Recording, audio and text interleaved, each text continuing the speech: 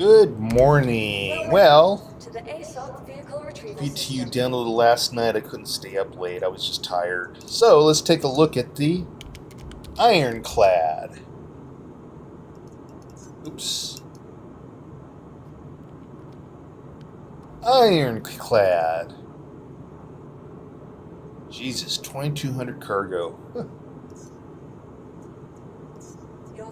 Well, with a full wipe coming in, with the exception of 3 items that we know of, it is going to be interesting to see what happens. And dupers will be dupers. They'll still figure out a way to make money in the game. But I'm not worried about that. My concern was with my org. A lot of people stopped just completely playing because they felt like there was no incentive anymore. There was billions of credits circulating around. Everybody was a multi-millionaire, multi-billionaire, and it just took away everybody's incentive to want to play.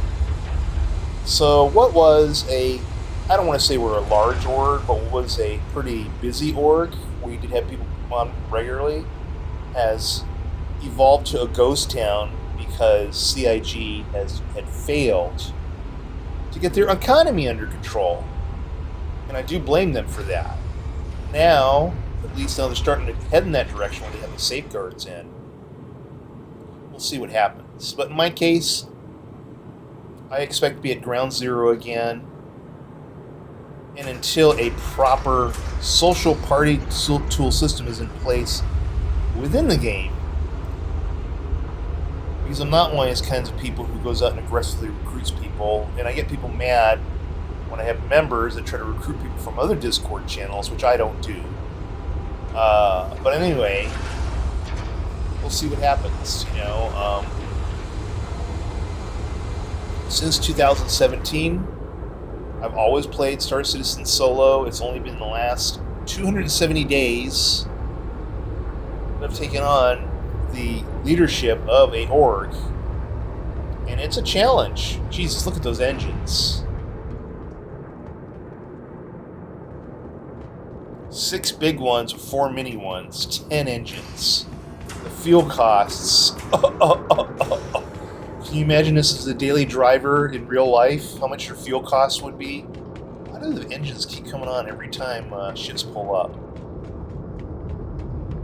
Well, being an Idris owner, this is huge. This is a large ship.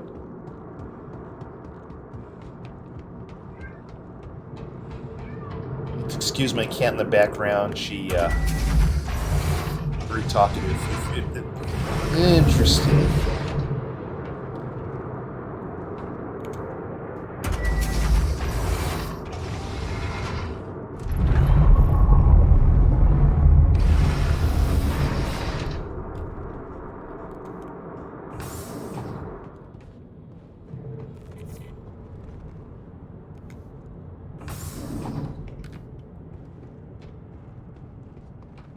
That's a pretty sizable cargo hold.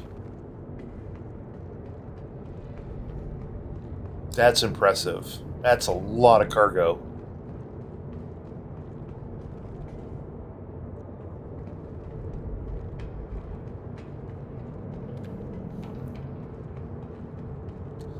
With their ships, honestly, there's a tractor beam there. Good God, and a seat for it. Okay. Their ships just continually get better and better and better. Spots back here. It's like when you start looking at the older ships and you look at now, it's like, wow. Engineering. Deck 2.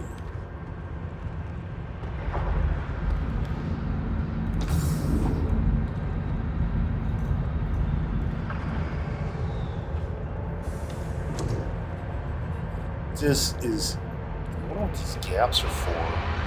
This is enormous. You get burned by that thing. Jesus Christ.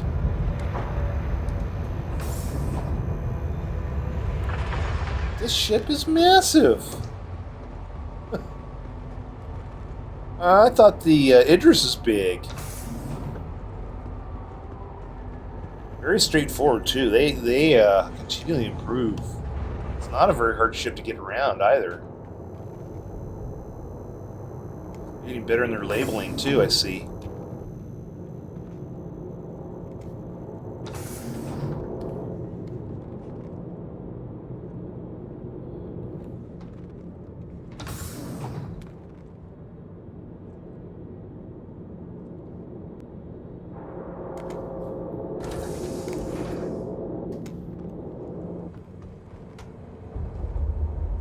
Storage pen. It's always something you can just access.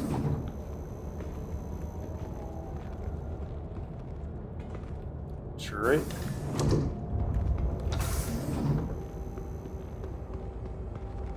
I tell you, God, just so many places to put things. This ship is insane. This is beyond. I was kind of like skeptical at first. I'm glad it's part of my ship package, so I didn't actually physically buy this ship. Well, I did, but future concept.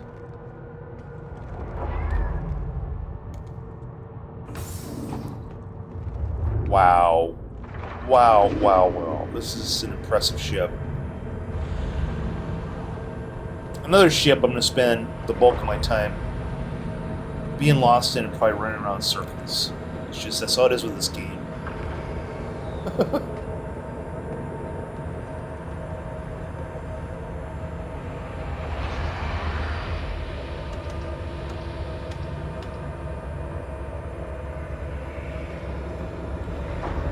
Operations.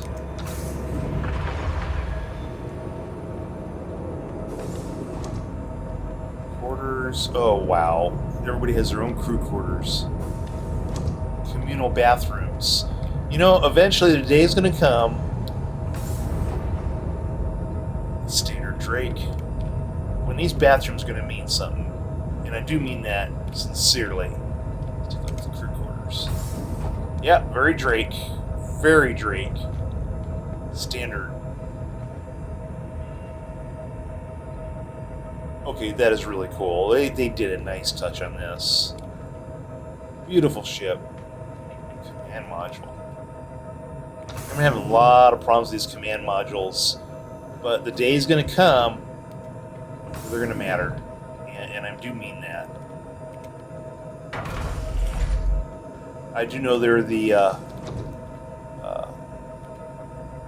testing grounds or testing bed. Oops. Well, there's the bug. And that's why they can't get the ships launched. It's good to know. Anyway, the command modules are the precursor to escape pods. So, to get that working, the escape pods will be right behind that. We're going to have other, more and more ships, as time progresses, are going to be straight up modular. It's opening up the doorway to that. People need to see that, beyond than just what they're doing now. And yeah, there's going to be bugs, because it's never been done before. Not on this scale.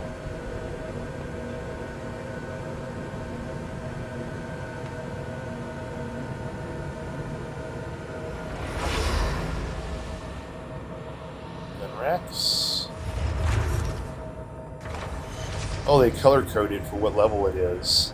Yellow, red, blue, green. That's kind of cool.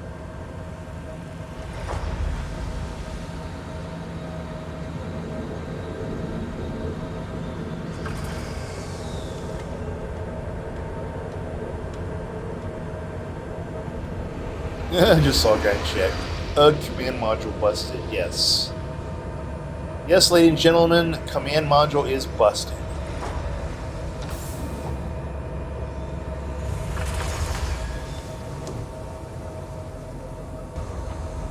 I'm not going that way.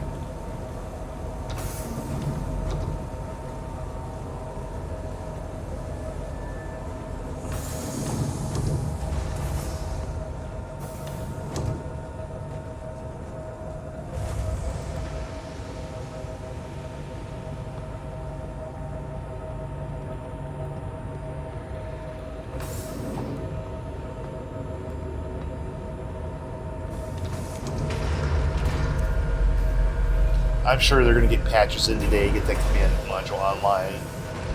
Last thing in the world they want is this not to be working.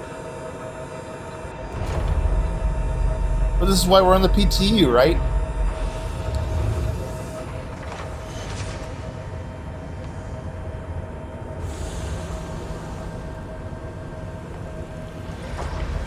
Well, unfortunately on the PTU we cannot fly, at least right now, until I get that fixed. This ship definitely exceeded my expectations.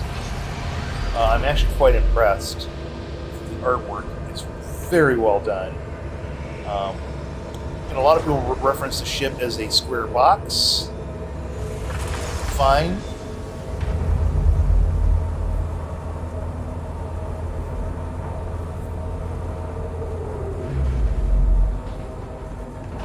Look at the size of this thing.